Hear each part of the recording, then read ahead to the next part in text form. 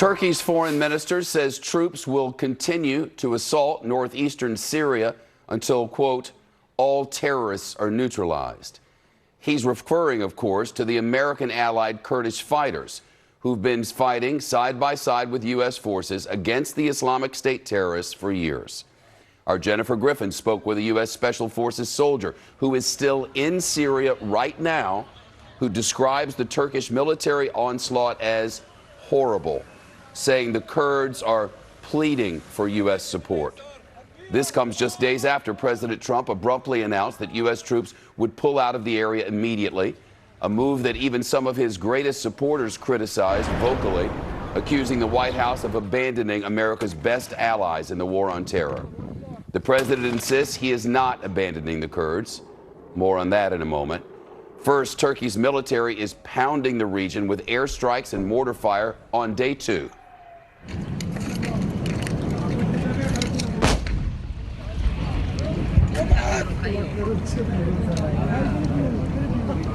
So there's the Turkish troops, and then there's Turkish-backed opposition fighters who now claim they've captured a northeastern village across the border from Turkey in Syria, saying it's the first village to win freedom. That's a quote. Men, women, and children are scrambling to escape all the violence. You can see people with everything they own and everything they can carry loaded into cars and pickup trucks, or walking, as these are. The United Nations Refugee Agency reports tens of thousands of civilians are doing everything they can to get out, with nearly 1 million people near the border caught in the middle of an ongoing military assault. Jennifer Griffin reporting live from the Pentagon. Jennifer. Shepard, no senior Pentagon officials have gone on the record to explain the president's decision or what comes next in Syria. They canceled a weekly press briefing today. In fact, from what I'm witnessing, Pentagon planners are scrambling to come up with a strategy. A senior U.S. military planner described the mood here at the Pentagon as aghast, horrified, a story that can't be untold. He went on to say U.S. strategy all over the world is based on partnerships. Now the narrative is the U.S. military is only your friend when it is convenient. We don't know what to do, this high-level Pentagon planner told me moments ago, adding we know what not to do. And for the past 2 years, this building told senior leaders in the White House not to do this. The author of Hunting the Caliphate, retired Army Major General Dana Petard, who built the partnership with the Kurdish forces during the first 6 months of the fight against ISIS in 2014, explained the U.S. military's reaction. There's been some anger, it's dismay. It's, again, you don't turn your back on your allies. You don't turn your back on those who have shed blood alongside you against a common enemy. As recently as October 2nd, the Pentagon explained how they could not have defeated ISIS without Kurdish help. Obviously, the quality and the capability of the partner force that was the SDF allowed the U.S. military to do what we call an economy of force mission. So we enabled them. And I think it's important to note they bore most of the burden when it came to defeating a caliphate. No decision from the president or Pentagon yet to remove all 1,000 U.S. forces in Syria. Shep. What's happening with the thousands and thousands of ISIS fighters who are there and really were being kept by our allies, the Kurds, whom we just abandoned? Well, some have escaped. The Kurds, I'm told, are still standing watch at those prisons. The Kurdish Syrian Democratic Forces handed over to the U.S. military 2 high-level ISIS individuals who have since been removed from Syria. We have learned their identities, 2 British citizens who are wanted in connection with the beheadings of Westerners, including many journalists. They were nicknamed the Beatles. Now they are in U.S. custody under the law of war, I'm told. The problem is there are still nearly 2,000 other foreign ISIS fighters in Kurdish custody. Some have already escaped. The Turkish president, a NATO ally, who's coming to the White House next month, has threatened to flood Europe with 3.5 million Syrian refugees if the EU continues to call his military action in Syria an invasion. Shep. Jennifer Griffin at the Pentagon. Jen, thanks. I want to read the quote from Erdogan. She just talked about that.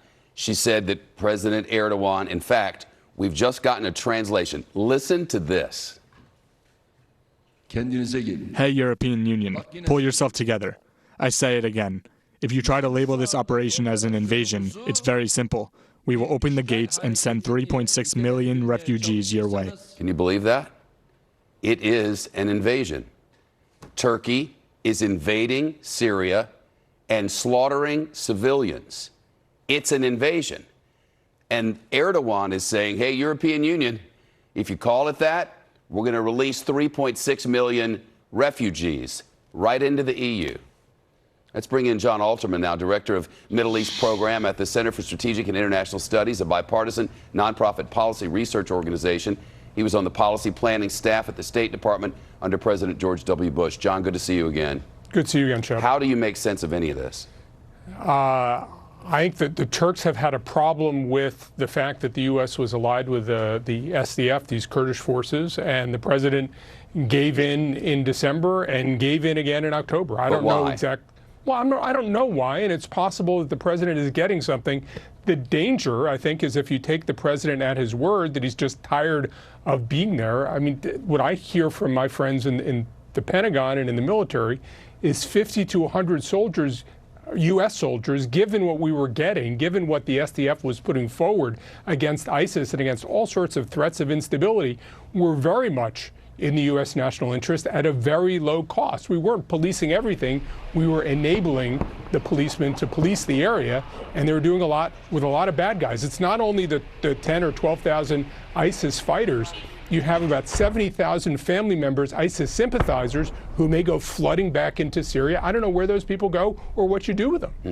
How can you describe this, and I would like to know, as anything but a gift to the Turks and Erdogan, who is a man, a dictator turning a democracy into something else, and the Iranians and Vladimir Putin and Russia? How is it anything but a gift to those three?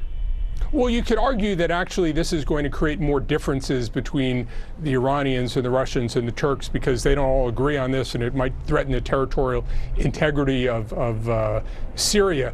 What this does is it's a huge boost to Erdogan, who not only was concerned about these Kurdish fighters arrayed along the border, but also has a growing domestic problem with the Kurdish refugees, or with the Syrian refugees in Turkey. And here he says, look, I'm taking care of this, I'm moving, we can push them out back into Syria. The problem is that you'll push Arabs into Kurdish areas, Kurds will flee for safety, you'll have Arabs taking their homes. You may have decades of conflict right where he's saying we're restoring peace. And as for Bashar al-Assad, who has slaughtered his own people and numerous war crime allegations, 500,000 of his own people dead. It's the U.S. policy that he's got to go. That's our policy. And look at him now. Look, more importantly, I don't know anybody who has been. We've been spending a decade and a half doing counterterrorism. I don't know anybody who thinks you can do counterterrorism just with the military. It requires stabilization. It requires creating a safe place where people can go back to. With a very light footprint, we're creating a safe place where people could be. If Syria goes up in flames again, as may happen, it's not that we don't care. It creates a whole set of problems for a bunch of our neighbors and also creates a large ungoverned space where people can threaten the U.S. as they've done in the past. John Alterman, good to see you again. Thanks. Thanks, Shep.